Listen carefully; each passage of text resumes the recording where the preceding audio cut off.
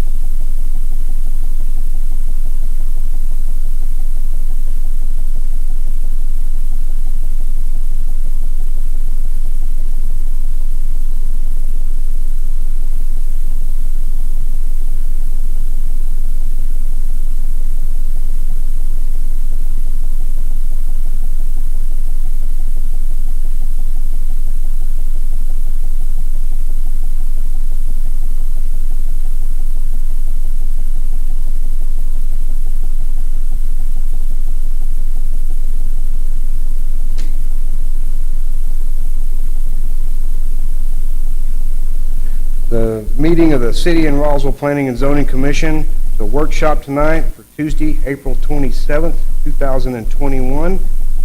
A roll call vote, please.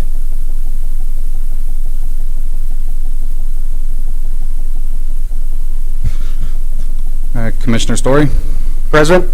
Commissioner McDaniel. Absent. Commissioner Henderson.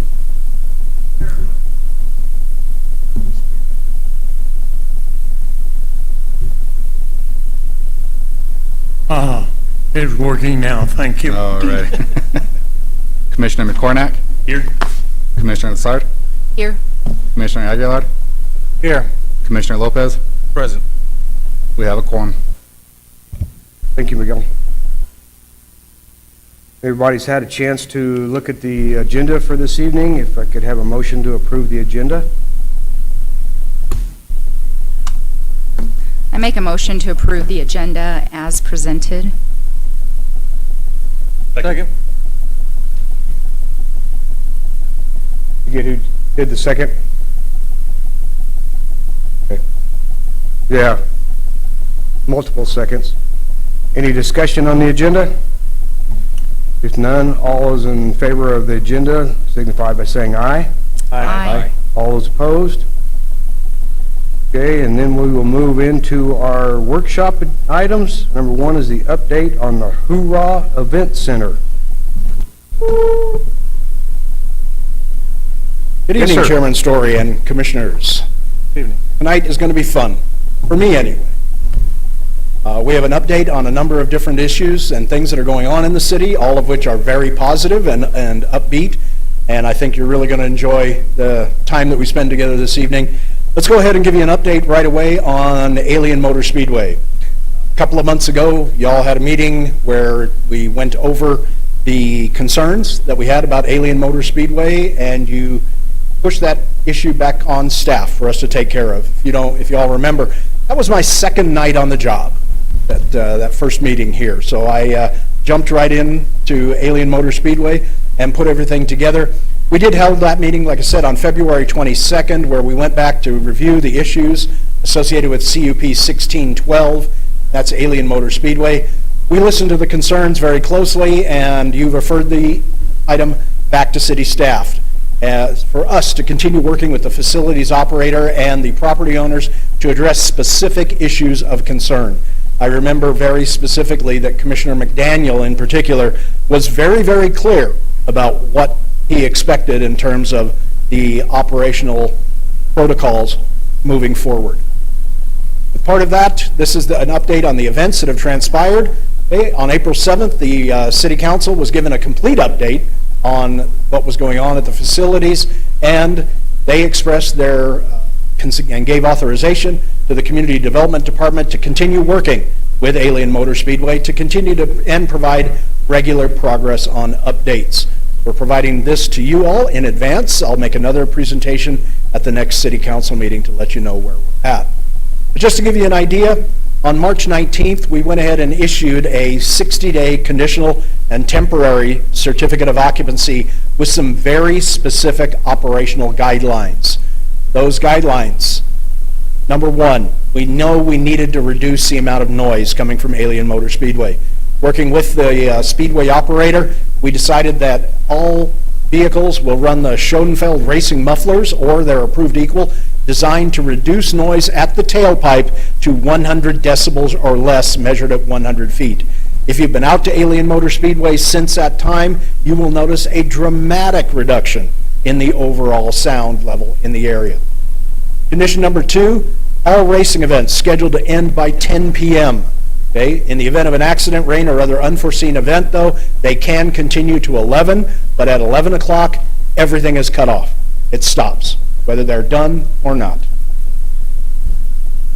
Okay? And number three, racing officials shall keep a log of start and end times of all heats and races to verify compliance with condition number 2 above. They have been providing those logs to me after every race, and they continue to do so.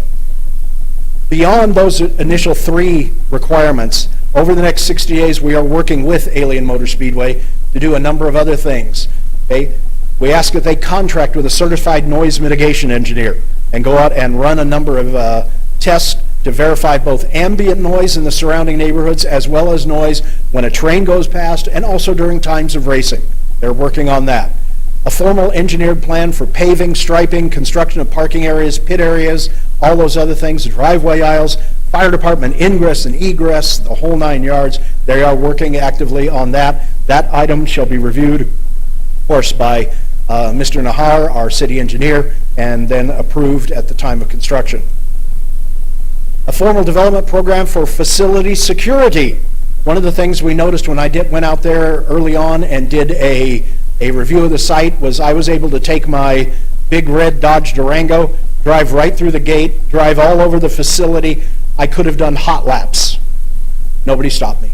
Nobody even batted an eye. So we asked them to come up with a security plan to make sure that the site was both safe and secure as well, and they have done that. Number 7, and I want to talk about this a little bit more in a few minutes, but a formal program for community outreach and engagement shall be prepared and implemented. This was implemented on Easter Sunday. Unfortunately, our implementation went a little bit south, and I'll discuss that just in a few minutes. Okay? Number 8, track officials and operators provide evidence of completion or schedule of completion for those unfinished items that were listed on confirmation letter for zoning case 1612. Just again, I'm going to reiterate that the track officials and the owner-operator of Alien Motor Speedway have been very forthcoming. They are working with me and responding to me almost weekly and providing me with constant updates. I am very pleased with the progress they've made. It is my understanding that more progress has been made in the last 2 months than have been made in the last couple of years. I am very pleased with the direction they're going. Certainly, the people that I've talked to and interviewed, racing fans and non-racing fans, are also very pleased with what's going on out there. In fact, Alien Motor Speedway is rapidly developing a reputation as the place to race in eastern New Mexico. Very happy with all of that. For the racing season, which kicked off on March 20th, 2021, and was considered a success, the second season, again, a success by sponsors, fans, and the racing teams themselves. The racing teams have complied, every single one of them, with the muffler and insert requirement, which has resulted in a dramatic noise level reduction. Track officials and event sponsors have implemented measures. In fact, if you go to their website now, their Facebook page, and announcements on their PA system, they let everyone know, number 1, you have to run mufflers or inserts, and number 2, we are done. 10 o'clock is the end of official racing. If there's any accidents, cleanup, or anything else, we'll go to 11, but if we aren't done by 11, we stop. Just stop. We're not going to violate that requirement anymore even though it is a Saturday night, people do want to get up early to go to church on Sunday, and we respect that. Okay? Measures also included adding extra time in between heats and races to allow for accident cleanup and track maintenance. Track officials have provided evidence to myself and the rest of the community development staff that required mitigations will continue through this racing season and beyond. So we like what is working. It's going to become a regular part of their operational protocols. Okay?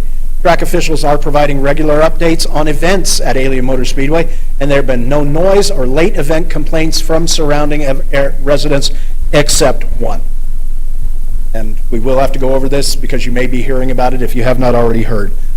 As part of their community outreach on Easter Sunday afternoon and evening, they held an event. They held an outreach party. A number of two Latino music bands were called up to provide music for the people that were there, and it was a very well-attended party. Unfortunately, the very well-attended party went very late into the evening, and there were some complaints and concerns that were issued.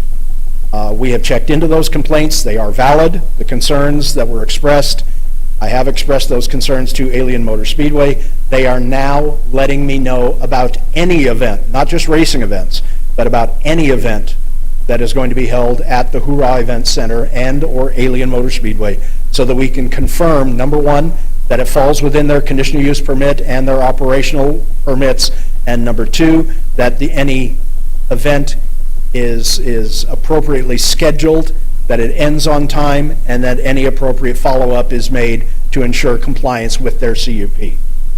Did have one event, one concern. We received 3 or 4 phone calls from surrounding neighbors, and we checked into that, and yes, the Speedway did violate their 11 p.m. deadline. The event went till about 11:30 before it was shut down completely and vacated, but we have addressed that, and we have promises from the Speedway that will never happen again. And again, it was part of them attempting to fulfill their conditions of approval. We just didn't hold it down tight enough, but we will in the future. For the 2021-22, again, actually more than that. We've actually held 5 racing events. We had an event on March 20th, 27th, April 3rd, which included a special Easter egg hunt. If you saw the newspaper reports on that and the Facebook reports, dozens, possibly a couple of hundred kids out there chasing down thousands of colored Easter eggs. It was amazing. It was really a lot of fun, especially for the kids that were out there. Wonderful community event. They had an event on April 17th and most recently just this past weekend, all of which have been very well attended, all of which that have gone off without a hitch, with the exception, like I said, of the event, which was not a racing event, but the event on Easter Sunday. Coming up, real quick, we have events coming up on May 1st. On May 8th, they've already run this past me, and we've looked at it, the return of monster truck racing to the city of Roswell.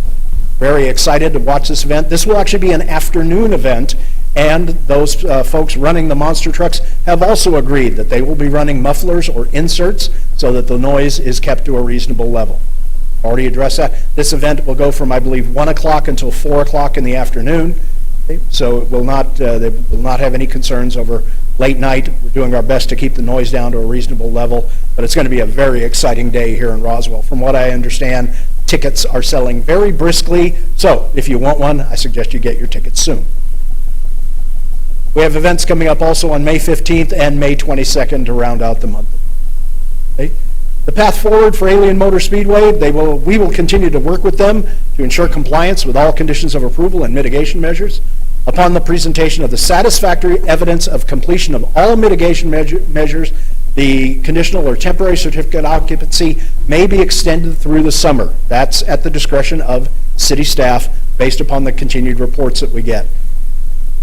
And at this point, staff, myself, we are available for any questions or concerns that you have on this issue. Kevin, did they not have a certificate of occupancy to begin with? They have a temporary and conditional certificate of occupancy. If you go all the way back to the original certificate of compliance that you all presided over, there was about 8 or 10 different items that needed to be done. A year ago, before their inaugural season, they were issued a temporary certificate of occupancy. They had done enough to the point where they were ready to start holding events. They were ready to start hopefully making some money so that they could continue putting the money back into the event center. From what I've been told, over $500,000 has already gone into that track, just getting it upgraded to the point where it was operational, where racing could be held safely. So any of the concerns that came out of last year, that was our beta test season. That was the inaugural event. So we're taking all those concerns that came out of last racing season, we are addressing them one by one, and we hope to continue moving forward and getting to the point where Alien Motor Speedway is not just a benefit to the racing community, but a benefit to the community at large. That's our goal. So they'll have to renew that every year then? Is that Not what I necessarily. understand? Once we get to a certain point, we want to issue them the full certificate of occupancy. And then we'll only have to make sure that they continue to comply with their conditions. But right now, we need to make sure that they're making good progress, that they're reporting, that they're following the conditions of approval, and they're addressing community concerns.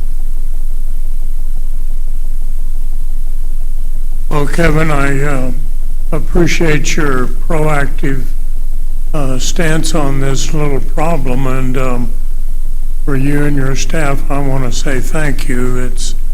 It was something that I guess nobody really wanted to handle, but you've taken the bull by the horns, and looks like you're solving the problem. So thank you to the Speedway and staff for coming together and solving this problem.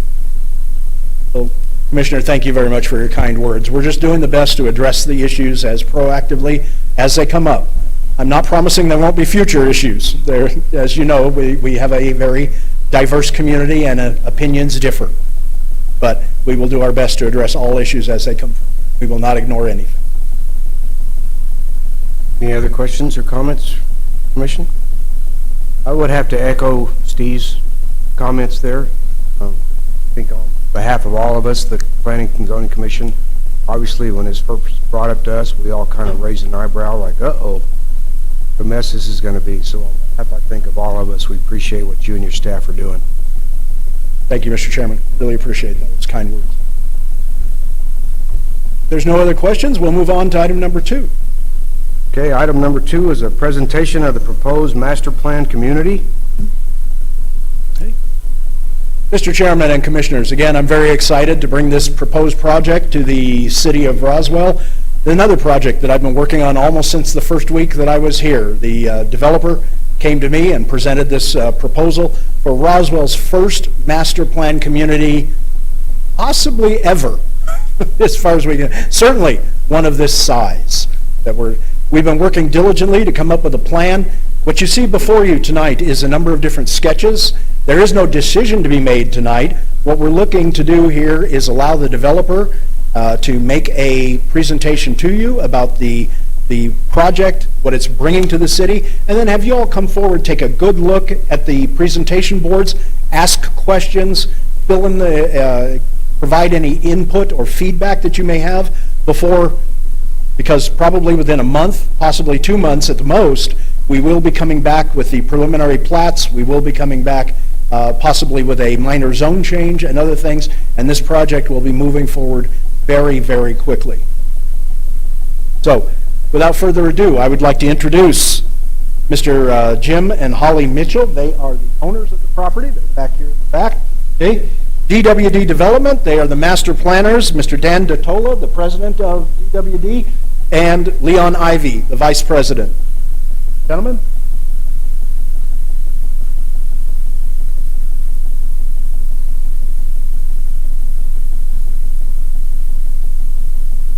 Commissioners, yes, it's the board. My name is Leon Ivy. Dan Datola behind me here. We have done developments for the last 25, 28 years. Most recently, we did one in Hobbs, Mexico. Took a cow pasture, annexed it into the city, developed 721 lots. And as of Friday, we had sold the last 700. That took us about 6 years. We feel, and it'll take another year and a half to build it out, we feel that with the housing situation in Roswell, that we can take a development like this, that's 799 lots plus the 20 in the smaller division, so we're looking at 819 single-family homes. These lots will range from 9,000 to 12,000. We, with the help of Kevin, who's been a tremendous help to us, we have met with him almost on a weekly basis for the last 6 or 7 weeks. And we've developed, as you notice, there's a lot of cul-de-sacs. Each one of those cul-de-sacs is sort of a community within a community. And we'll have no less than 2 builders as the developers, Holly and Dan and I. We put a design team together. We have, as the surveyor, we have Phil Ross, our engineer. So this is a collective design, and it certainly didn't start out like this product. We have found that the cul-de-sacs are very desirable to the builders that we're in touch with. Presently, we have at least 2 builders that are ready to come in, and each one of those builders is expected to build 50, 75, within the second year, 100 homes each. So we'd like to see probably one other builder, but we're looking at a 4-year sellout and probably a 5.5 year build out. Talking with Kevin and Mike with the economic development, they assured us that the only thing they lack when they speak to prospective companies, first thing they're asked is, well, where are we going to house our people? And we've come up with this plan that we think will solve a lot of those issues. And with that, I'd like to have Dan say a few things, then we'll be open for questions.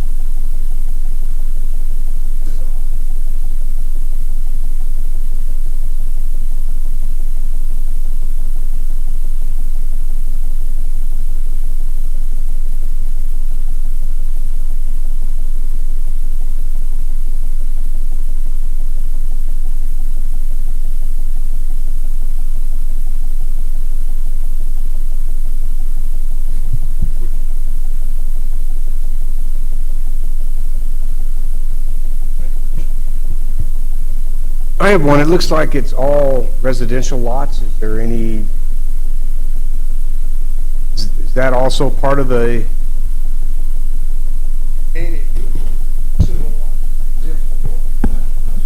Should have some commercial, maybe a grocery store or a pharmacy dealing with it. So it's more part of the, and bunch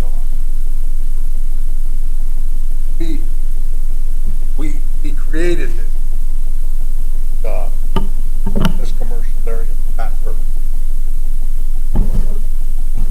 Well, that's a pretty good sized area. You ought to be able to. It's get a lot of- 28 acres. Yeah, get a Yeah. lot of commercial in there. Yeah, we should be able to, and we'd like to, put more up against the highway and parking in the back, and, try to create a nicer visual of that commercial area. And this might not be for you guys, but for the city, but what about the perimeter roads? 19th Street's undeveloped there on the west side. Sycamore's not in very good shape. Country Club needs improvements. Who all is going to make improvements to the perimeter road? Well, this 19 will not go through, we're just going to come out of our property onto 19 here, which will give another access. So it'd be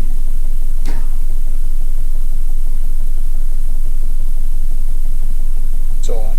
And the other streets, we still can, but we're going to develop, because there's 5 entrances and exits to the property. So we're dividing up that 5 different, everybody else. Works on this end, he'll take that one, and I works over here, you take that one. So we feel that those roads can handle how the city has to make those determinations. Well, Sycamore's pretty wide. Yeah. good. Country Club is not. I'm gonna assume Lewis will take a look at that, your main entrance and exit there. Right. Some turn lanes and things like that. So we're not, I don't think that is in our purview, or, that we would be too concerned about that. We have complete confidence in the city staff to be able to look at that. Is the little triangle down there, is that gonna be a drainage pond? Yes, that's a drainage pond. Goes into the city's drainage.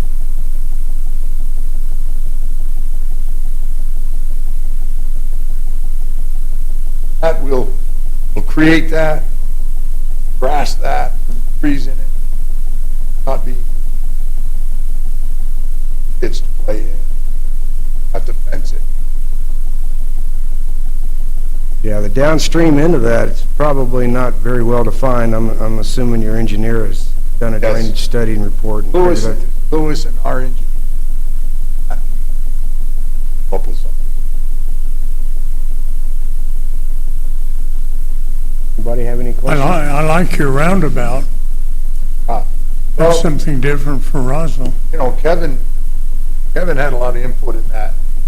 He wanted to make sure we had something to slow the traffic. We feel that'll do it. Slow the traffic. And it's going to be very attractive.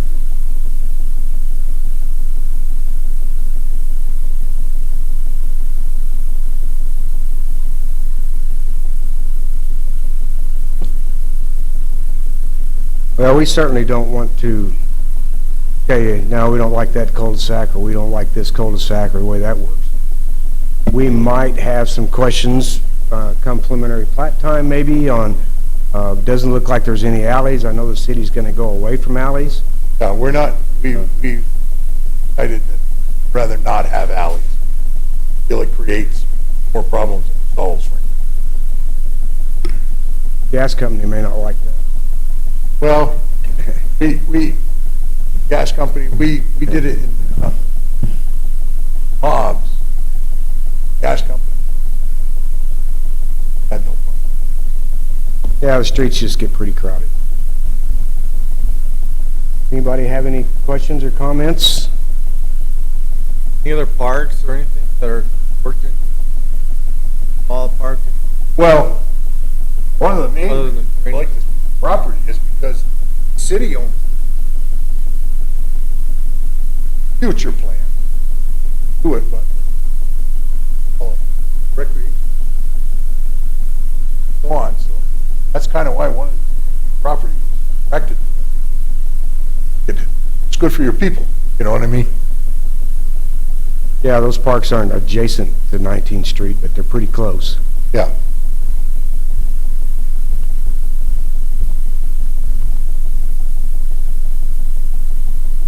Jim, would you like to say anything? I know you're a talkative guy.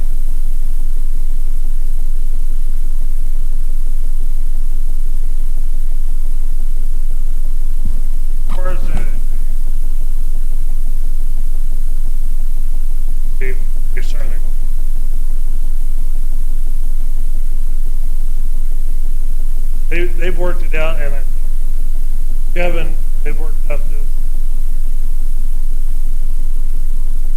there is, one of the things about 19th that I saw, this design's a lot better than taking it.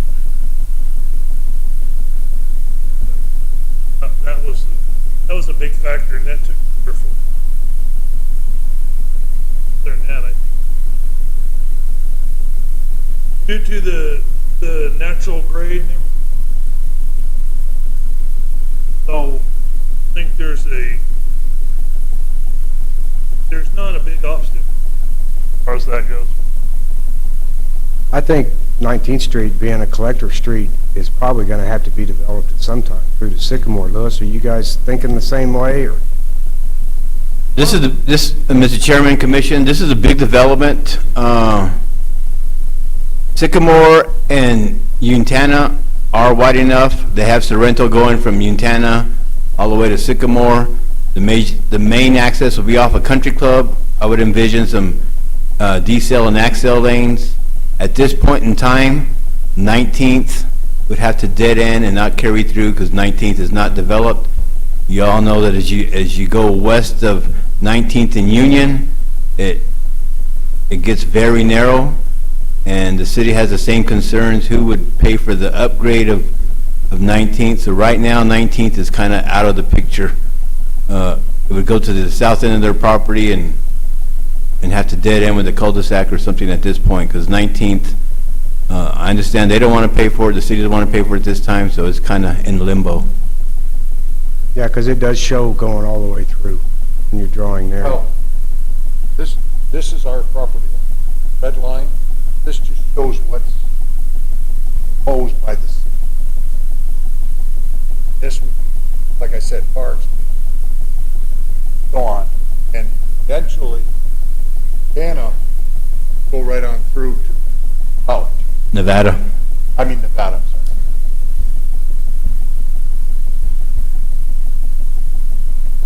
sorry. Okay, got any other questions, comments?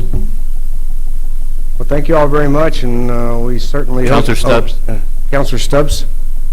Not at all. Please forgive me, I'm here as a spectator, but I typically participate. It's all right. I just have a bit of concern, and I want to make sure I understood correctly.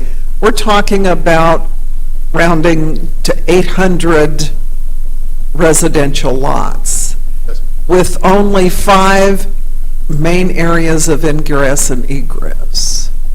And so when I figure that's going to be, potentially could be close to 2,000 vehicles coming in and out of 5 areas, and I'm trying to envision how that's all going to work. Please, here. I'm usually mouthy enough, I don't need one of these. But as you can see, this project fronted on 2 sides, major, and then there's Sycamore and then 19. So you have a lot of diversity in how people can get out. They're not all trying to get out all out the same entrance or exit. And we feel, based on experience and traffic flows and so on, that should be able to.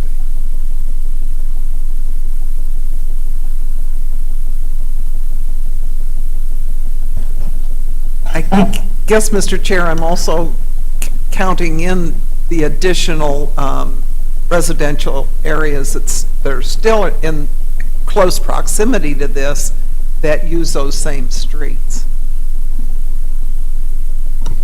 Thank you, though.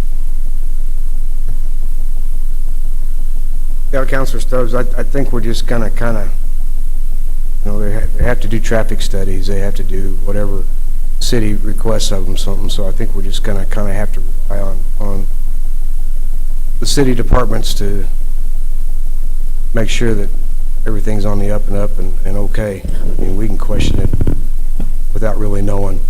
Mr. Chair, I appreciate that, but I'd sure like to see that happen, Louis, before we get too far into this, and I'm also thinking, you mentioned, one gentleman mentioned the, going to school, and there really aren't schools over there. Those are private schools, right, on Sycamore, is that? Right. Well, Military Heights is over there, just, Sort of.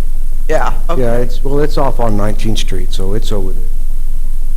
Mr. Chairman, with your permission, I'd I like will to help listen. Counselor Stubbs with her questions. You're getting into issues of what's known as level of service, in other words, with our highways and things.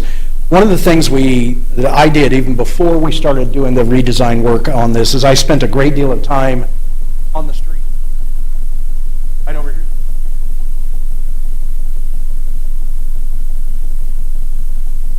I wanted to go over there personally because I wanted to see the situation at the school and what's going on. And the fact is, 19th Street is in absolutely no condition to handle any significant level of traffic. Now, we combine that with the fact that we do have a major drainage course. It starts off-site, transitions across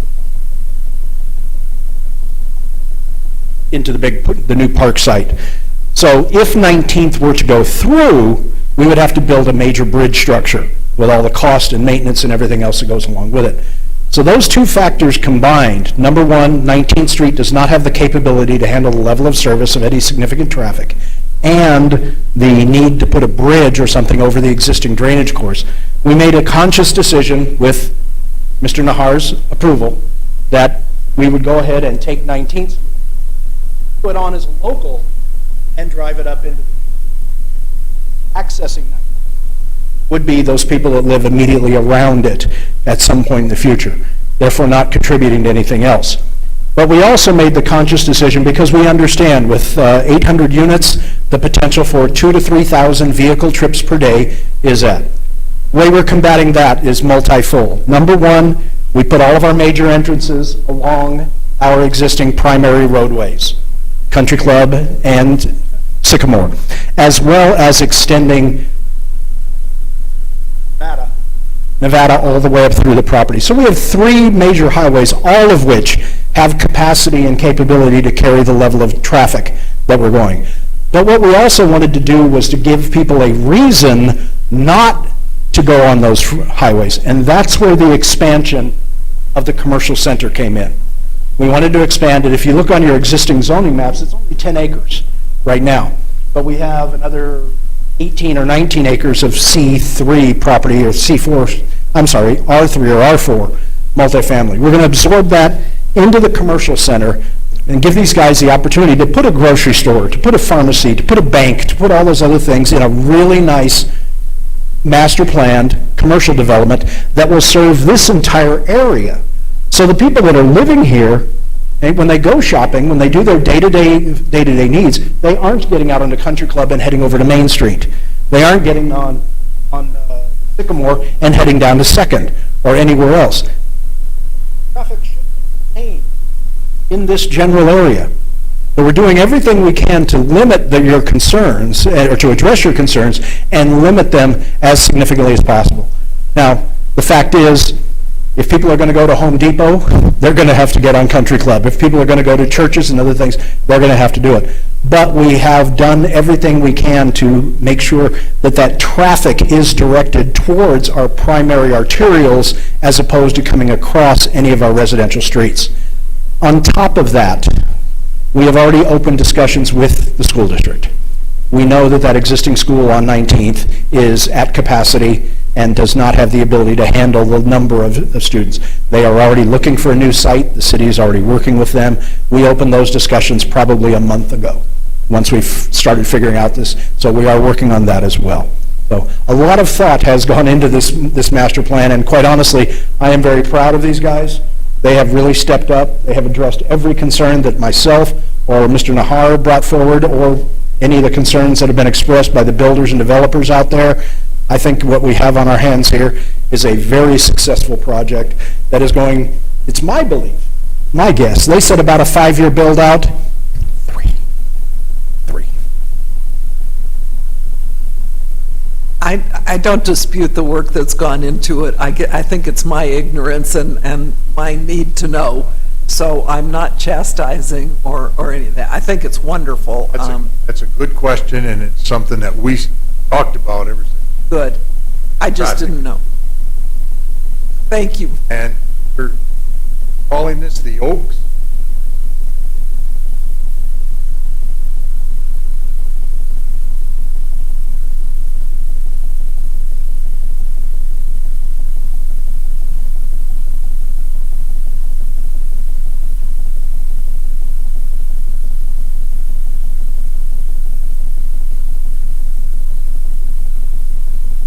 Roundabout. Hopefully.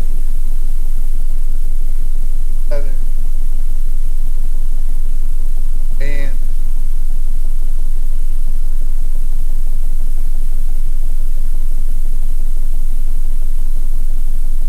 We need to have that shut down by 10 o'clock at night.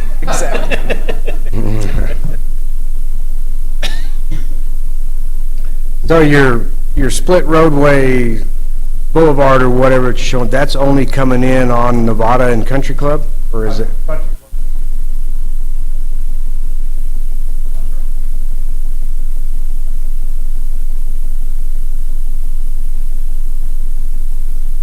here.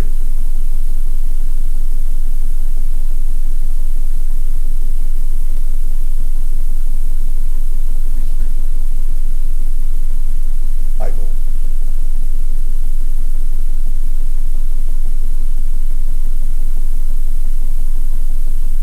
Right away. Thank you. Anybody else got any? Kevin, anything you guys want to point out anymore? We done? Thank you, guys. Appreciate you coming here and showing us what you got, and we certainly wish you luck.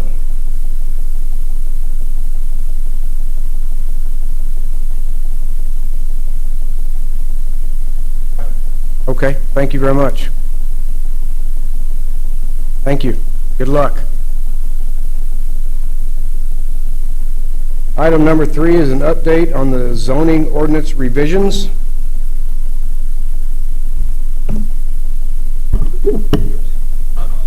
Sorry about that. Mr. Chairman and Commissioners, in addition to the other 2 items that we've been working on, your staff has been working diligently on updating our residential development ordinances as well as our development codes. Just to give you an idea, we are currently updating Article 50, the development standards, and Article 52, building and performance standards. We are focusing on specific issues to streamline and update the project requirements that we need to reflect the needs and the desires of the community in a logical fashion. When I started digging into our current development codes, I found a number of disconnects between what we actually have out on the ground in the community and what our development code says. So we have to build in some additional flexibility here. The focus, like I said, at this time is on the residential districts with updates on commercials and industrial zones that will follow in the very near future. Now, I'm going to turn this over to Mr. Martinez. Miguel will do the presentation from this point forward. Miguel is helping me put these things together. He's got some graphics that he developed, and he'll walk you through some of the reasons that we're having to make these adjustments and what you can all expect in the very near future. Oh, one last thing before I turn it over to Miguel. We have a number of areas of overlap in our zoning and development codes. In fact, we have 3 different zones that essentially say the same things with respect to mixed-use development. I can't tell you what those 3 are off the top of my head, but you will all know when we present it. But we're going to try to clean up and streamline so we get better understanding.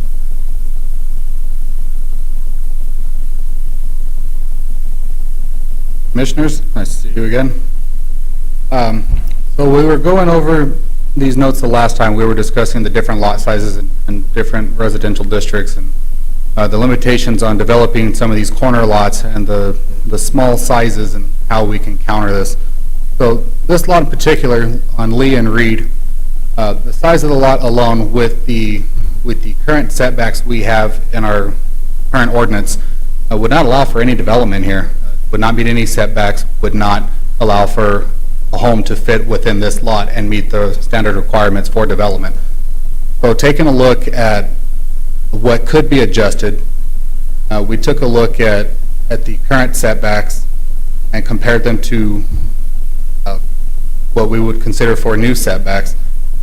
As far as tiny homes, single wides, what would actually fit in this lot would not be sufficient for a single-family residence. But if we took, say, a tiny home for this specific lot, that area there, the golden box there, shows the buildable area that could be allowed to allow for a tiny home that would fit on that lot, that would allow it to be developed instead of keeping it a vacant lot.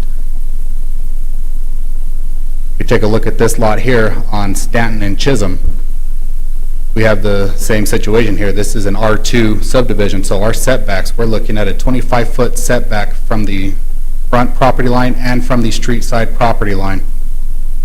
We don't have any way to develop that with our current ordinance as it stands. That is a 25 by 120, so a 25-foot setback from the street side property line, that's already your entire lot. Nothing would fit in there.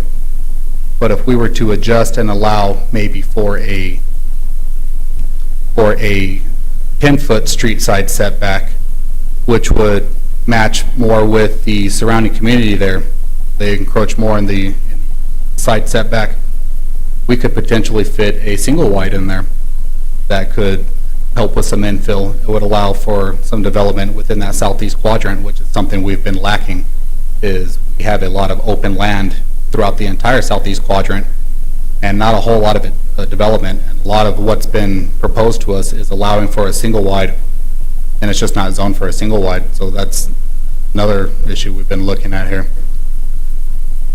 And then something else that we were taking a look at is this is over in the Bella Vita subdivision right off of Sorrento, Utana area. This is an R4 lot.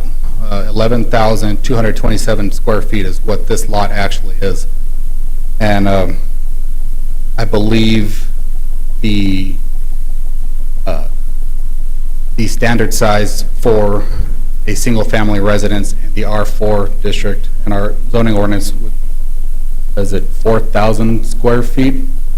So this is considerably larger than what we've found in our typical R1 zoning district. So that blue box there shows the buildable area for a home in that zoning district. So it's a pretty good-sized home in an R4, which is a smaller requirement lot size compared to an R1.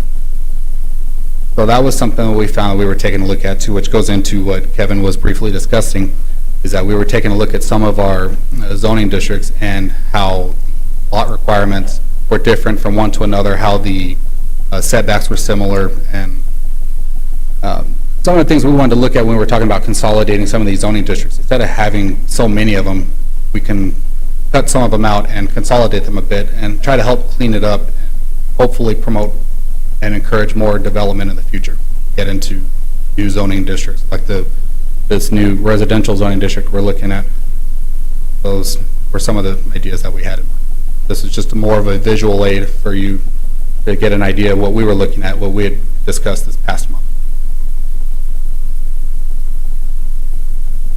Thank you, Miguel. Of course, what we'd like the commission to remember, and you all are, I'm sure, very familiar with the situation. I want to back up to this particular exhibit right here. These are only 3 examples of hundreds, literally hundreds of problems that we have all over town. There's a reason we aren't getting a lot of infill development, and it's because our zoning and development code will not allow infill development the way it's currently written. We have a number of issues around town where we have properties that are sitting on multiple lots. The people can't get a loan for it because they are in violation of our zoning and development code. They are non-conforming parcels. We have these smaller parcels like this one here. There is no reason that cannot be developed with a manufactured home, whether that's a 12-foot wide or a 20 or a 24-foot wide manufactured home. If you look at it from a logical, rational perspective, the reason for setbacks, especially on the side yards, is to allow for sight lines when traffic comes in. Mr. Nahar has been very good about ensuring that when people come up and come down Stanton, that before they get to Chisholm, they can see any oncoming traffic. Anywhere we have an intersection like this. But when we have these extra large, extra wide parkway areas, the area between the curb and the actual property line, there's no reason for excessive setbacks. We already have a setback, a major one, from the actual street driving lanes where any conflict would occur. There's no logical or justifiable engineering reason to require an additional 20 feet over and above that, especially if this were a T intersection where oncoming traffic, where intersecting traffic would be stopping at the corner anyway. It just doesn't make any logical sense. But right now, these smaller lots cannot be developed because we have no mechanism for allowing even the development of a manufactured home. I call it, because I like to call them manufactured homes because that's what they really are nowadays. The traditional, tin can single wides, those days are long gone. Okay? We still have a few of them around town. But if we were to adjust our zoning and development code, yes, Mr. Nunez owns this particular piece of property, he could go down to our local manufactured home developer. He could get a loan on a manufactured home. He could place it on the property, either on stem walls or a foundation, and now he has real estate against which he can get a loan for development. Can't do that right now. And that's why we have, one of the many reasons why we have so many of these undeveloped lots all around town, including the nearly 300 lots that the city currently holds as part of the Clean and Safe program. Okay? We're doing a very, very good job when it comes to cleaning up our city and getting rid of the dilapidated structures, taking them. But the end result, we've only gone halfway around the circle. We need to develop a mechanism to put these lots back on the market, to get people to purchase them and then develop them so that we can rehabilitate the neighborhoods in total. That's the direction we're working right now. Well, hopefully, if you have any feedback, questions, or concerns, that as we move forward, you please express those. Send your thoughts and ideas to me in an email. These are the issues we need to be looking at. These are the issues that are coming forward. And these are the issues that we would like, how we would like you to address those. Because before the end of the summer, you will be seeing an updated residential development code that'll address these issues and hopefully facilitate a lot more infill development. Thank you. I think we're all really excited about that. I think it's a good idea. You're going to be, the only thing I see is, you're going to get some resistance of a manufactured home being placed on a lot next to a residential structure, home, regular home. That's Again, we understand those concerns, but again, the current state of the manufactured homes, again, if they're brought in, they're put on a permanent foundation, dressed up. Honestly, other than the fact that it's 12 feet wide and 40 or 50 feet long, and it's designed like that, the cost, of course, of the home itself, your ability to get it onto a site and secure immediately to prevent theft and other things, and the ability to get at least a 20-year loan against these things, brings the total cost of the development down to the point where we are providing homes for low and moderate income families. And we're doing it by giving them pride of ownership, which means they'll take care of those homes, the overall neighborhood will redevelop, and it becomes really, Mr. Chairman, it becomes more of an aesthetic issue as opposed to, and I think any positive aesthetics, even if it comes from a manufactured home, is better than what we have in many places, which is nothing at all or an old dilapidated structure. Yeah. No, I'm not arguing with you at all. I just see, I've been around this stuff a long time, and that's going to be your main concern our main concern we're going to all have. Thank you. Okay. My only question for you, sir, is are we going to limit them to the new manufactured homes, or if I own a property here and I go buy a $5,000 mobile home, am I going to be able to place it on my property? Okay, I'm sorry, can you do one more time on that question? So are we going to limit to what mobile home is going to be there? So if I own a property like this, can I go buy a beat-up $5,000 mobile home and put it on this property? Or are you going to say, no, Mr. Lopez, it has to be a new mobile home to be placed here? Again, this is where I want to make the distinction between a current manufactured home that meets current development requirements and meets current codes, as opposed to the old-style aluminum frame tin cans that people were used to, what we would call a traditional mobile home. Manufactured homes are designed to be move-on site. They are built to the same standards as your traditional stick frame housing, your traditional production housing, and once they are designed to be bolted down, permanent, never moved, and again, that process, in turn, it becomes real estate, not a manufactured home, which allows you to get all the loans and everything else against it. So it'll help limit the resistance of people saying we don't want those in our neighborhood. So that's a good thing is what I'm trying to say. Yeah. That's what we're trying to prevent, is we want everybody, when they do come forward with these, we want to make sure that they're following all of the current zoning and development codes. We would be very, very, not just reluctant, let's just say we would probably not approve anything that isn't up to current codes. Just pulling one out somewhere and dropping it down, that would be a violation of our current ordinance as well as a violation of the future ordinance we're putting together. All right. I have a question. Would this go through as a variance, or is it going to be part of code? What we're trying to do here is a couple of different things, and we are trying to build in some flexibility. Because we're dealing with the lowest end primarily of the socioeconomic range, and we're trying to facilitate this infill development, we want to create a path forward, okay? And it wouldn't necessarily be a variance, but it would be a justification letter and an application to staff that would describe the conditions that would allow us to make an adjustment to the code. Okay, and it would still be an over-the-counter approval, just like if you came forward with a traditional single-family residence on a 12,000 square foot lot and you met everything because you have that kind of area. Right now at this point, it's pretty much an over-the-counter approval of your site plan.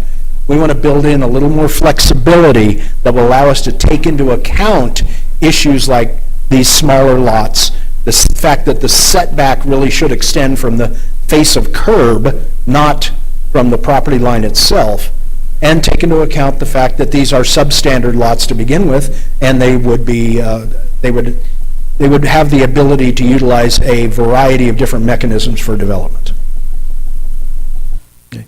But we're working on all that. There's a lot of moving parts. We don't have all the answers yet. And I'm sure when we first present this, we will probably still amend the code multiple times in order to take into account, but we will also build in a mechanism for those things we don't anticipate. Yes, there will be a mechanism to apply for a variance as well, or apply for a special use permit or other things. Those will still be in the code as well. But we'll do our best to facilitate the development of some of these infill parcels as best we can.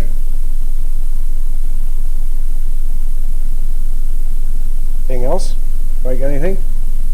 Okay, thank you. Now we'll move on to the presentation, item number 4 of Neighborhood Stabilization and Empowerment Study. Meredith, I'm assuming you're going to explain to us what this is?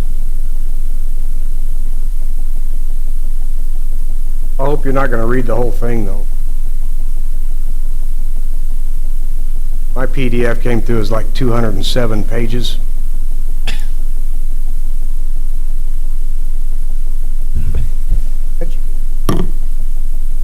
Chair, Story, Commissioners. No, I'm not going to read the whole 200 pages to you. Okay. I'm going to give you a brief overview of a state department focusing on urban justice and sustainability. And that, I finished that in 2019, I think.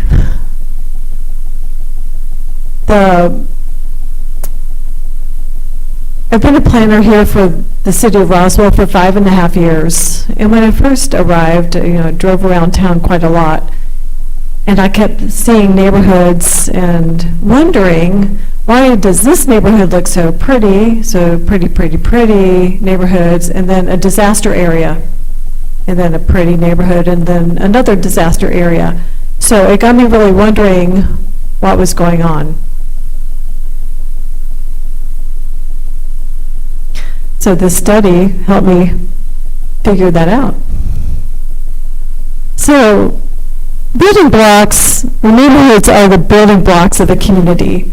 So if you have stable neighborhoods, you're likely to have a stable, prosperous community. Distressed neighborhoods more likely result in a distressed community. And the health and well-being of neighborhoods correlate to the health and well-being of the people who live there, and vice versa.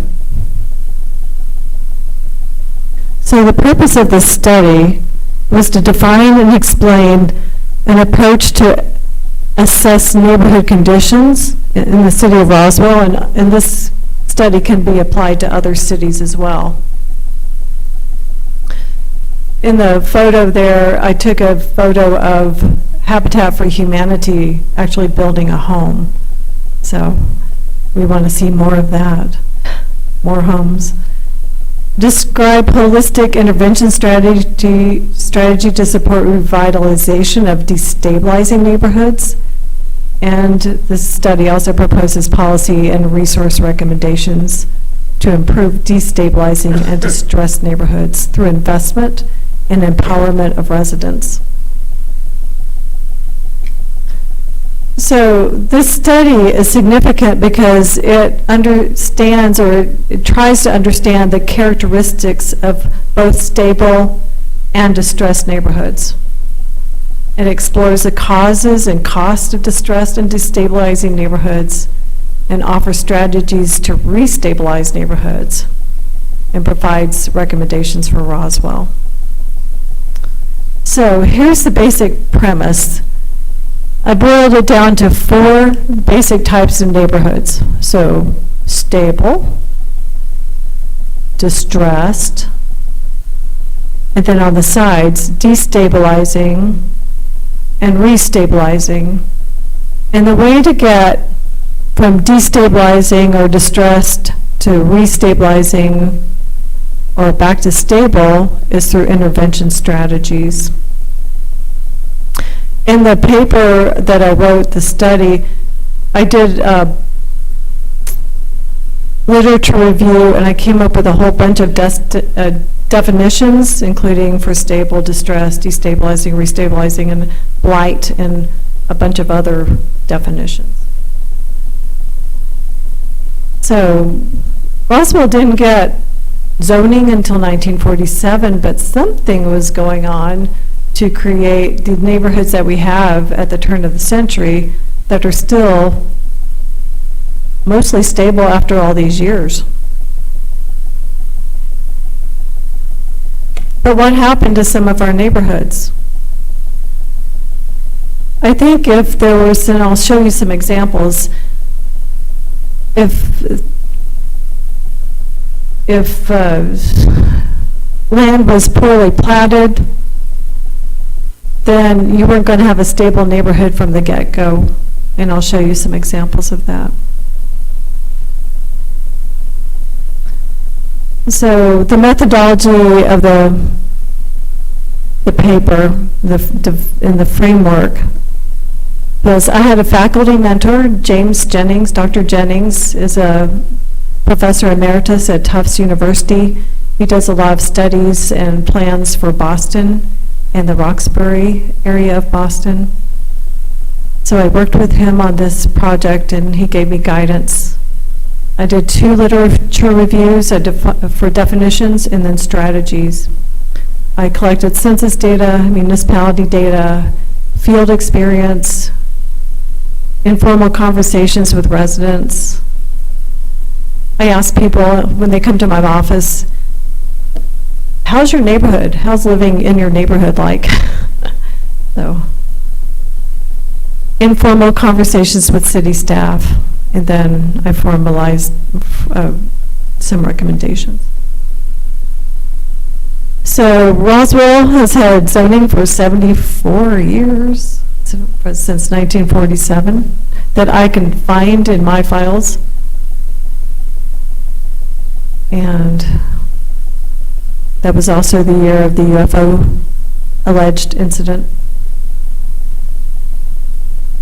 And here again, we have a 1900 platted subdivision, the West Side Addition. You can see the development pattern.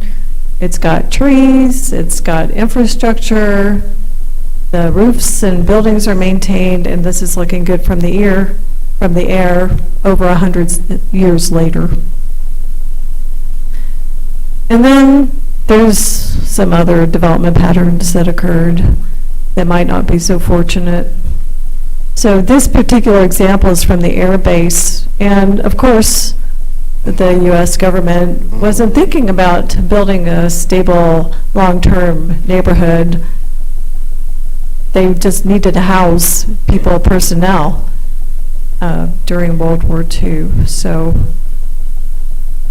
this has resulted in irregular infrastructure. There's no sidewalks, not much vegetation. It wasn't really created for long-term neighborhood housing. But it does provide much-needed housing stock, even though this housing stock is over 60 years old.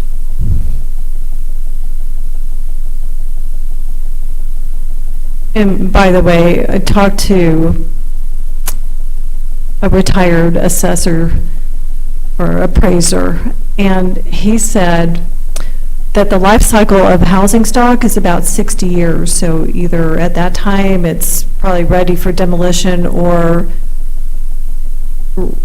renovation. So 60 years, and we have a lot of housing stock that's 60 years old or older. And some of it has been renovated and updated, but not all of it. So here we have 65 years of development. This is a poorly platted subdivision. It was a remnant of farmland. It was, I heard it was a homestead. And whenever they platted it, it wasn't a very good plat to begin with. So this neighborhood, parts of it have never been real stable. So you still see a lot of vacant land, landlocked parcels, and a lot of areas that could be developed, and areas that could be replatted. So this is next to the Aquatic Center there on Montana, just south of College, between Montana and Union. So recommendation number 1 of my study is to define the study areas for neighborhood and area plans. We haven't done neighborhood plans and area plans in Roswell to my knowledge. So it might be time to think about doing that. So what we could possibly do is create a neighborhood task force or steering committee to help facilitate that. Conduct the neighborhood assessments and area plans. Create partnerships to address root causes of poverty. I don't know of an organization that's doing that. If you know of one, let me know. But there's systemic poverty in Roswell and other communities in our region, and I really believe that we need to address the root causes. Hold neighborhood stakeholder forums and training specifically for neighborhoods. Engagement, and I came up with this on my own. Neighborhood mentoring, so maybe we could put together a neighborhood mentoring program and run it through something like Neighborhood Watch, and then also neighborhood economic development. Meredith, before you move on go back that slide, just a quick question for you. Why is your quadrants broken up north to south on an angle like that? That line, just the blue line, just in the wrong spot? Should be 2nd Street, or is that something that? It probably just shifted when I was Okay. I was trying to figure out what's editing strategic, why would you do it right there, but Yeah, that's a Scribner's error. Recommendation 2. So I created this map at Tufts for this paper, and it's a special program, but I thought it was really interesting. I have several of these in my paper. But this is like a demographic, we could create a series of demographic policy maps. This shows the little dots are female head of household, no husband present, with children under 18 below the poverty level. So living below the poverty level. So these kinds of maps are really telling and going to help us focus our small area, our neighborhood and small area plans to create specific goals and objectives. And then recommendation number 3. So after all this research, like how do we revitalize neighborhoods? Well, Roswell doesn't have a big pile of money to create a neighborhood redevelopment or revitalization program like Denver has. Denver's going to, in the surrounding area, has dedicated staff and money and time to do a neighborhood plan for every single neighborhood, a sustainable neighborhood plan for every single neighborhood in Denver, but we don't have those types of resources. But what do we have? Well, we have 2 organizations that are on the ground right now. We have Keep Roswell Beautiful and we have Neighborhood Watch.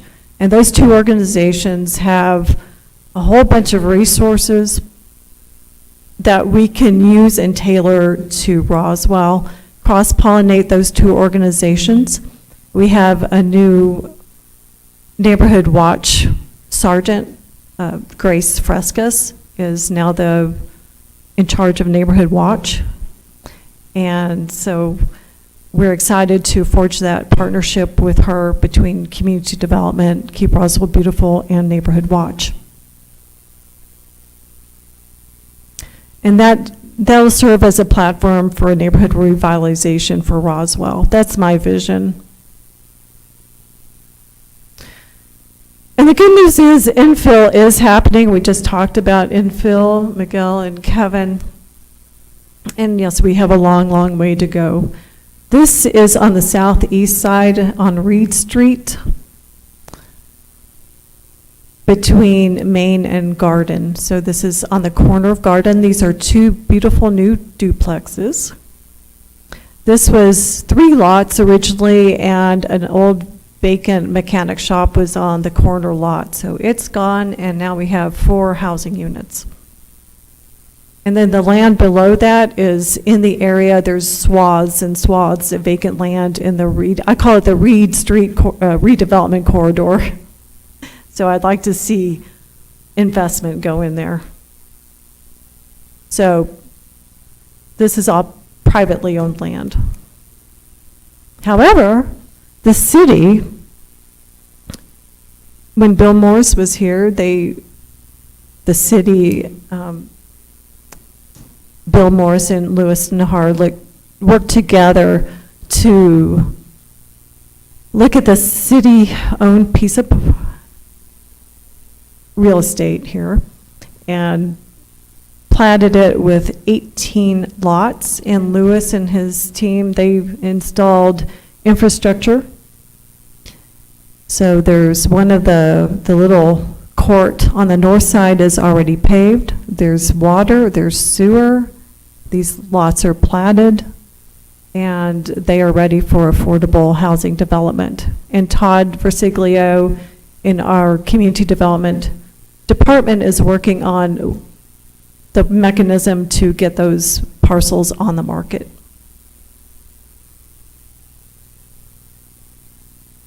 And one of the catalysts for this was that Habitat for Humanity was running out of lots. So at the time that this was platted, so this would meet a need for organizations like Habitat for Humanity or other qualified affordable home builders. So what's the key findings of this study? So it's essential to preserve stable neighborhoods that are already stable and keep them stable and improve destabilizing and distressed neighborhoods, because I think everybody deserves to live in a stable, healthy neighborhood so they can thrive. Roswell neighborhoods need structured advocacy. They need an advocate. Neighborhood Watch helps with that. So I encourage the neighborhoods out there, the residents, to form a Neighborhood Watch.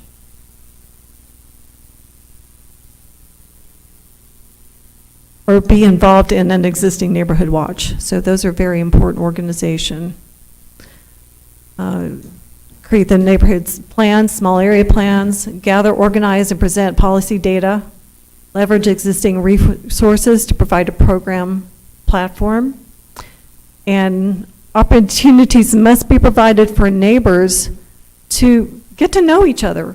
So both Keep Roswell Beautiful and Neighborhood Watch have block party instruments for block parties. So, and then in the back of my study, I have an appendix with local, state, and national resources for neighborhoods.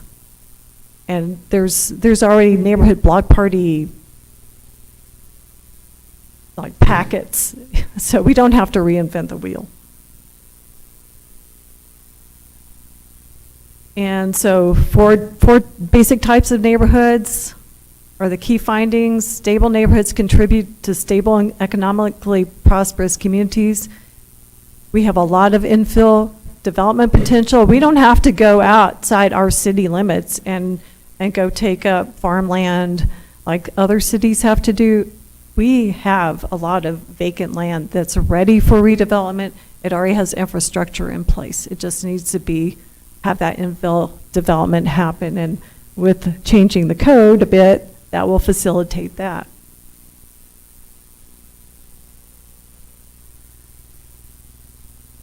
So, advocacy, empowerment, I'll say that again, advocacy, empowerment, and action. Let's fix this. Let's fix our neighborhoods. That's what I'd like to see. And I stand for any questions. Meredith, where are you wanting to go with this from here? How you're going to have a lot of support and a lot of backing from staff and city and I guess you're bringing this to us so we kind of get this into our mind, but what do you need from us, or where are we going from here? Well, this study, to me, it's just scratching the surface. So we need to free up my time so that I can work on these kinds of issues and forward planning and creating those networks in the community and working with the organizations that do exist, just to start acting as a catalyst for the neighborhood stabilization. So it would need its own program. And I think perhaps a steering committee to guide a process, or that we could report back to for neighborhood plans and small plans. I think that would be one step in the right direction. Buddy, up here, got any questions? Meredith, in the past, we've ventured, the city has ventured into housing rehab, and early on we dedicated some of our CDBG funds for housing rehab.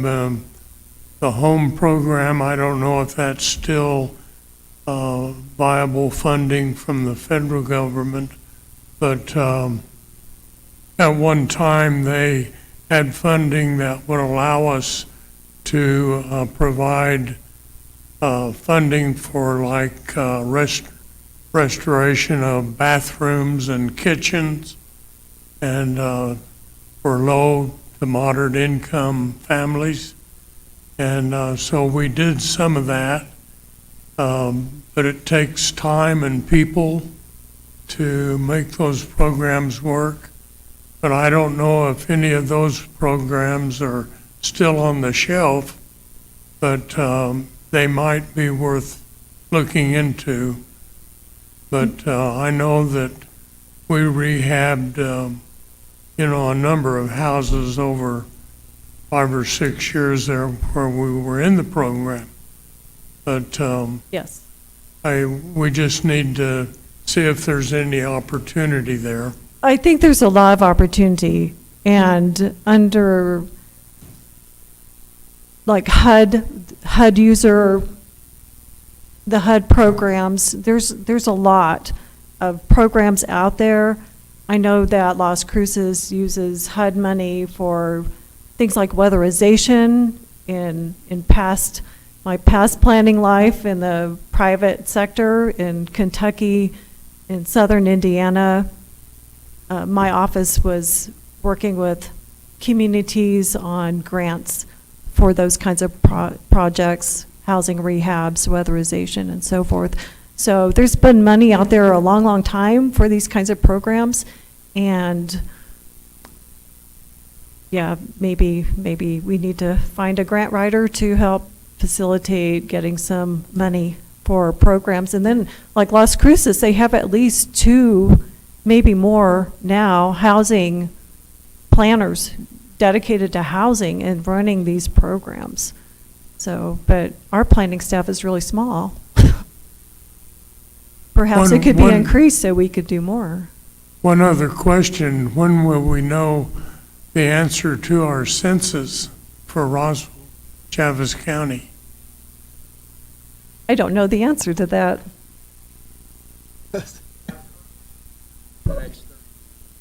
Preliminary numbers, some preliminary numbers are being let out already, and unfortunately, I believe we are just shy of that 50,000 number. It's what I'm hearing right now. We're waiting on the final numbers. They're imminent.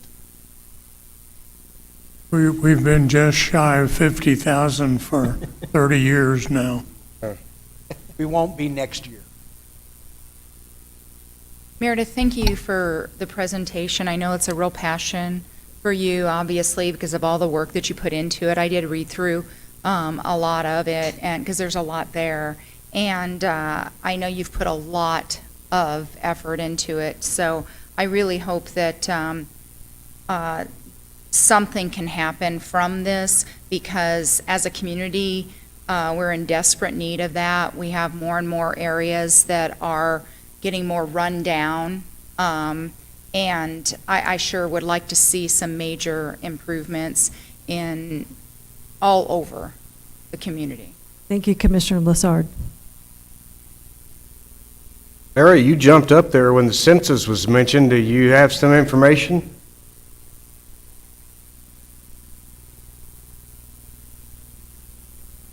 Feel what? September 1st.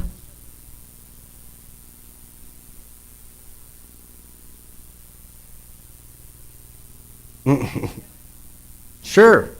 Speaking of the market.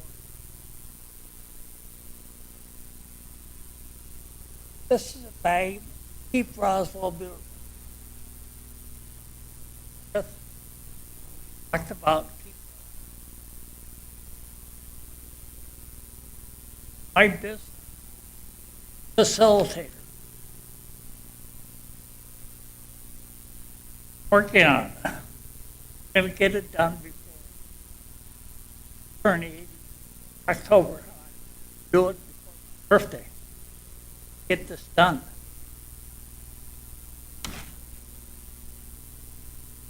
Keep Roswell beautiful. It's talked about, gotta get rid of all these plastic bags. You know, you are not, Roswell is never gonna get that through the plastic concept. Whatever it is, don't have that power. But these bags cost about $2. We have a real estate industry.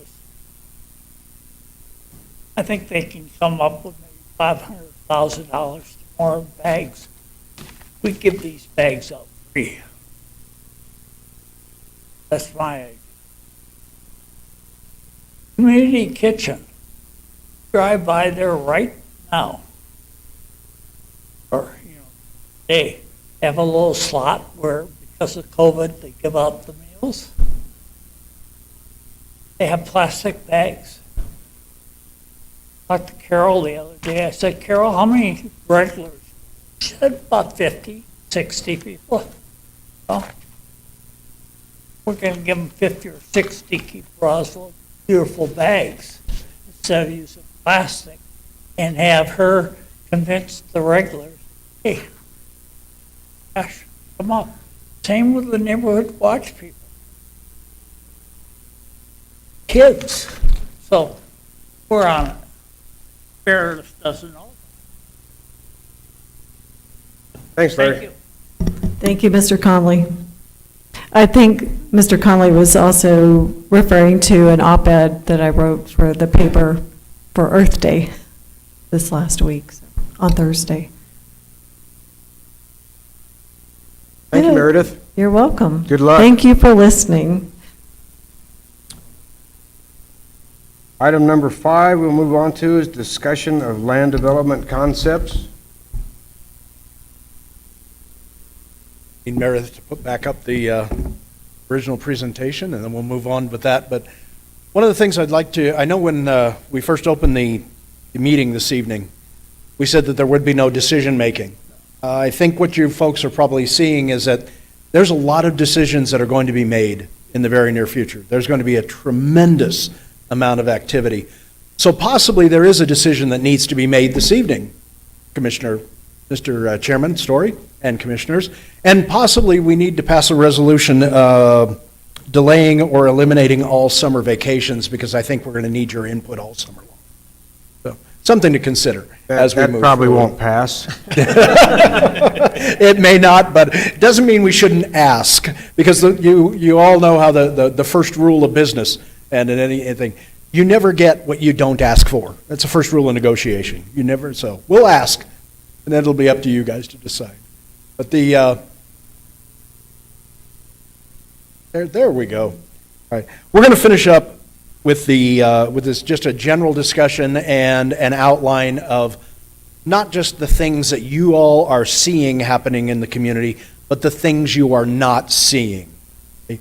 When I was hired by the city, one of the things that I kept in the back of my mind was a story that I read in Success magazine. You all are familiar, I'm sure, with Chip and Joanna Gaines, okay? The welcome home people. They started off just doing rehabs and renovations, and then they pretty much built a development empire.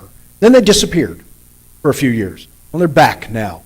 And Chip Gaines has written a new book, and in that book, he basically says that they're dedicating their life and they're dedicating their business to eliminating poverty in Waco, Texas. In fact, Chip is very bold. He says, poverty will not exist in Waco on my watch. I take a lot of inspiration from that. Recently being hired by the city, coming in with a lot of experience in development, not just land development, but economic development and everything else. I want prosperity for my new hometown, for my new adopted town. I fell in love with the city of Roswell the day I got out of my car, even before they offered me the job. I called my wife and I said, honey, start packing. We're going to Roswell. We're going to do very well. And we're going to do very well for this community. So what I want to bring forward to all of you, so that you have the confidence that you have a team behind you that is working hard to create prosperity. We are addressing these issues. But I want you to also know that the days of Roswell's reputation as being unfriendly to development are over. And we start that by saying right up front and telling everybody, Roswell is open for business. That is my new mantra coming out of our office. Roswell is open for business. Bring us your ideas, bring us your projects, bring us your problems. Let's work together to solve those. And you've seen a few of the big ones tonight. But let me tell you real quickly about what you're not seeing, and from now into the future, we're going to be putting together a monthly development activity report. So you all will know what's going on in the city that you even don't see, all the stuff behind the scenes. Just to give you an idea, since January 1st, okay, 41, and this is simple stuff, okay, but it's important stuff because it goes back to what Meredith was saying. When you have stable communities, when you have people investing in their own property, when they're investing in their own homes, when they're building fences, when they're adding carports, when they're putting on that front porch, when they're doing an addition, They're investing not only into themselves and their own prosperity, but they're investing into the neighborhood. So we want to facilitate that. So just to give you an idea, 41 fences, 21 small accessories, 26 alley and curb cuts, possibly for 16 verification letters, 13 address assignments, and 3 more summary plats processed. I give you all that information because those are the things that lead to development. People are coming into our office, people are asking, what do I need to do in order to facilitate the expansion of my properties? Residential projects, the residential permits, these are actual permits that were issued for new residential homes, 48 of them since the first of the year. Multifamily projects, 3 different multifamily projects. Okay, the big one, of course, being Spring River Phase 2. If you haven't driven down Sycamore recently and seen the work that they're doing, you're going to see 104. You're going to see 2-story apartments, 16 units each. So whatever 7 times 16, how many does that work out to? About 102, 104, 112. 112. See, I can't do math in my head. I leave that for Lewis. He's the engineer. But 112 units. All right, going vertical here for us. Commercial and development, again, a professional office, clinics, industrial warehouses, a rebuild of, the McDonald's. The McDonald's in the south side of town is going to be completely rebuilt and updated and refreshed. Okay? Main Street, the Target interior is going to be remodeled to convert food service area to storage for those online orders. More new commercial development on Main Street as well, including Firehouse Subs and 4 other lease spaces. Outdoor storage units. Look at what's happening down at the U-Haul building on South Main. Another 50 units of indoor storage that are going to be built out there. Other things on First Street and Sycamore, right? More signs, electronic messaging boards. Signage is a sign of anticipated prosperity. You can't drive anybody to your business if you don't have appropriate signage directing people. So signage is a way of anticipating what's going to be happening. Okay? Telecommunications equipment, and then one more miscellaneous commercial to replace a gas station canopy. Okay? Simple little stuff, but it's signs of things that are coming. Look at this one, 61 business licenses, new business licenses. Okay? Some zoning violations. But last but not least, we're tracking in-office visitors and phone calls. And look at Meredith alone. If you talk about how busy that young lady is, 804 visits and phone calls in the past 3 months. She's averaging probably 4 or 5 visits a day, people coming through. Miguel, nearly the same amount, 344 calls and visits for himself. And I forgot to track mine because I lost count. But it's people coming through the door, the phone ringing off the hook. I am working with Mike Espiritu we're going to be setting up regular meetings every 2 weeks. Mike, of course, at the EDC, because he needs to keep me up to date on what's happening and what's coming. Just today, we talked about a new medical office complex that's coming. The people are coming, they're ready to build. They want to know how quickly they can get things up. You'll be seeing that project probably coming to you within the next 30 to 60 days as we work out the details, because they will need a zone change. But there are all kinds of other things happening behind the scenes that I don't believe Roswell has seen maybe since the 1960s or 1970s. We are looking at a wave of development, a wave of people moving in here, and at the beginning of the meeting, we talked about the cost of housing and how much it's going up. I'm one of those people. When I moved here, I opened a bank account, and when I came here in January, just to talk to the people of the city, by the time I got done talking to them, I extended my stay 2 more days so I could open a bank account, so I could start talking to the people to get a mortgage, because I knew if I did not buy a house right away, I was going to end up paying not just a little more, but a lot more. And thank goodness I laid that groundwork, because the house that I live in right now today, okay, I walked in the door from the time I made and I did have to bid on it, just to let you know. The house went on the market on a Friday. I made my bid on Sunday. The same day, 2 other full price bids went in. We had to go into a bidding contest. I won the bid, thank goodness. I won the bid. But From that point until the time I moved in and closed escrow, property values went up probably $10 a square foot, just the appraisal value, because of the limited number of units that we have available in this town. But yeah, as you can see right now, just with that project there, plus the other things that you haven't seen yet, we have developers buying up the existing platted lots all over town, and they're coming forward to us. We probably have 1,200 to 1,300 units in process right now, single-family residential units, and we're getting ready for more. It's going to be an exciting time. I think we're all going to have a lot of fun, and it's going to be a very busy summer. So yes, please, Chairman Story, consider canceling all vacations, because we're going to need your help, and we're going to need your input as we move along. And who do we turn that resignation letter into?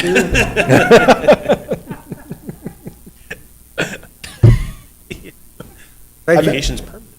You guys are doing a great job, I think, seeing a lot of positive things coming out of your crew now, and you're heading in the right direction. We appreciate all the work y'all are doing. We appreciate your enthusiasm coming forward. You know, it's somebody, you know, I've been here for a long time, since the early 90s. I guess that's not a long time compared to, but compared to how long I've been here, we came from California. We spoke a little bit about that, but we really appreciate your enthusiasm moving forward and your excitement, because that will turn into action. We appreciate it. Thank you very much, Commissioner Aguilar. I do want to let people know that, and I have let a lot of people know, I chose Roswell for a variety of different reasons, but my wife and I, we talked about it for a long time before I moved here. I did have other opportunities in other locations, but I wanted to come to a place where I was not only needed my technical expertise, my background, and my experience, but I was also wanted. And that made all the difference in the world. Okay? When I came here, I never felt so at home. The people of Roswell are amazing. Some of the most loving, caring, welcoming people I have ever met, and it is my goal to do the best job I can for them for as long as you'll have me. Welcome home. Okay. Any other comments, questions? Meredith?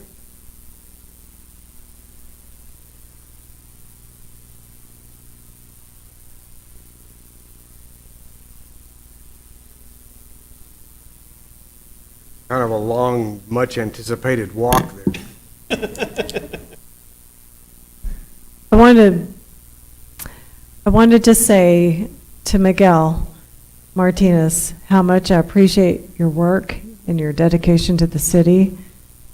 You've worked with me for over 4.5 years, and you've helped me keep my sanity.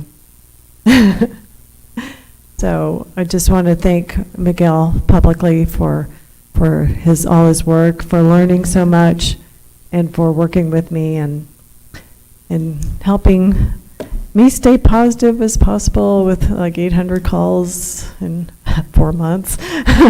But that's happened like since I've been here. So for 5.5 years I've been here, I was without a dedicated person for 14 months, except he was here with me for about 6 weeks of that. And then we brought him on board. So I appreciate it. Appreciate your stepping up and learning so much and helping us. Way to go, Miguel. Yeah.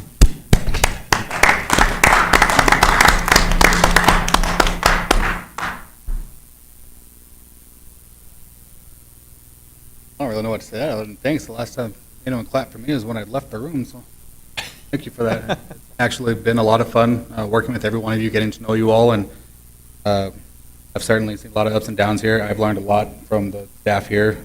Lewis has shown me a lot more than really needed to, but definitely taking the time there, and everyone here, I learned so much from every one of you, so truthfully, thank you. Look forward to seeing you guys again in the future. Thanks, Miguel. Miguel? Steve, did you have something?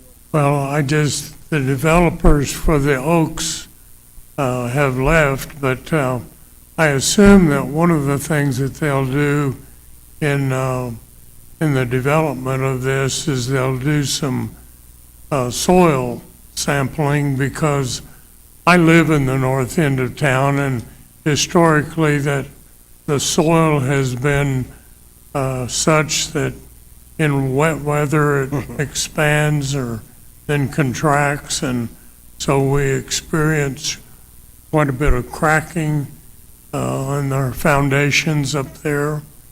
And so the design of the foundation, you know, for that subdivision needs to be carefully studied, or we'll end up with homes that are cracking. And I don't know how to solve that problem, but it's habitual in kind of that north part of Roswell, and so they need to take a careful look in the design of their foundation. Commissioner Henderson, I had that talk with Jim Mitchell, Dan and Leon about 3 months ago. That don't be cheap builders. You're gonna have to sub-excavate and bring in fill material to make it a worthy house. Commissioner Henderson, if one of these days when you have some time, I'll tell you some stories about some experiences I have with expansive soils. So we are very much on board with that. Mr. Nahar and I have been working very closely since the day I got here to make sure that we address all of the development concerns, whether it's subgrade, underground, or all the way up to the architectural aesthetics and everything in between. And coming from a family of civil engineers and land surveyors, yes, having a stable base, a stable ground underneath, doing the soils and geotechnical studies, doing proper over-excavation and recompaction, whether foundation design, that absolutely is on tap for this project. Anybody got anything else? Staff, appreciate all you guys do. If we could maybe move these meetings to every other month instead of, you know. Twice a month, bi-monthly, not semi-monthly. We're adjourned. Before he gets anything else in. Thank you, everybody.